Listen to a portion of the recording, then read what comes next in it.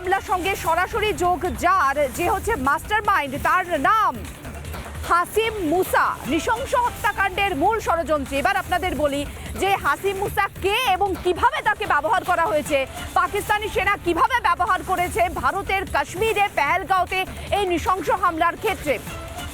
হাসিম মুসা ছিল পাকিস্তানের প্রাক্তন কমান্ডো, এখন সে লস্করে তৈয়বার সঙ্গে যুক্ত। এর আগে একাধিক হামলার সঙ্গে সে যুক্ত ছিল।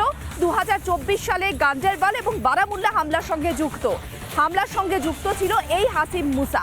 এবার প্রশ্ন হচ্ছে, স্বাভাবিক প্রশ্ন, যে হাসিম মুসা করতোটা কি পাকিস্তানে, যে একেবারে লস্করে তৈয়বার সঙ্গে সরাসরি যুক্ত হয়ে হামলাটা করলো।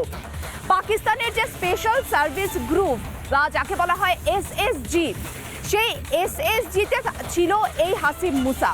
স্পেশাল ফোর্সের প্যারা কমান্ডো ছিল এই হাসিম মুসা, যারা কিনা বিরল যুদ্ধ কৌশলে তুমুলভাবে প্রশিক্ষিত হয়। এর আগে সে গা ঢাকা দিয়ে কোনো কোভার্ট অপারেশন চালাতেও সিদ্ধহস্ত ছিল এবং এমনটা সে চালিয়েওছে। এবং এই ধরনের যে কমান্ডোরা থাকে, তারা স্ট্র্যাটেজিক ভাবনা একদম আলাদা রকমের হয় তাদের। এরা মানসিক এবং শারীরিকভাবে ফিট থাকে এবং তারা যুদ্ধ করে প্রাণে বেঁচে আলাদা করে বেরিয়ে যেতে পারে, তারা সেই কৌশল তাদের থাকে।